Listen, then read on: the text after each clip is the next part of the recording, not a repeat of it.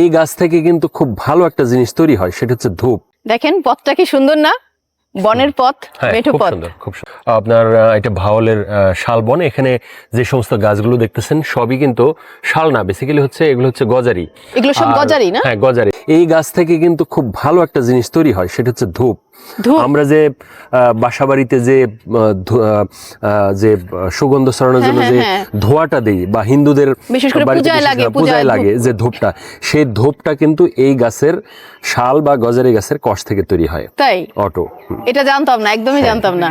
আমরা যে ধূপ দেখি এই সবই কি এই গাছের কষ দিয়ে হয়? হ্যাঁ, শাল এবং গজারি গাছের যে কষ, সেই কষ থেকে আমি দেখাবো নি সামনে, যদি চোখের সামনে পড়ে তাহলে আমি আপনাকে দেখাবো সেটা কিরকম দেখতে, এবং সেই কষ থেকে মূলত ধূপটা তৈরি হয়। কত কিছুই তো জানি না। এই যে আজকে জানলাম যে গজারি গাছের যে কষ তা দিয়েই ধূপ তৈরি হয়।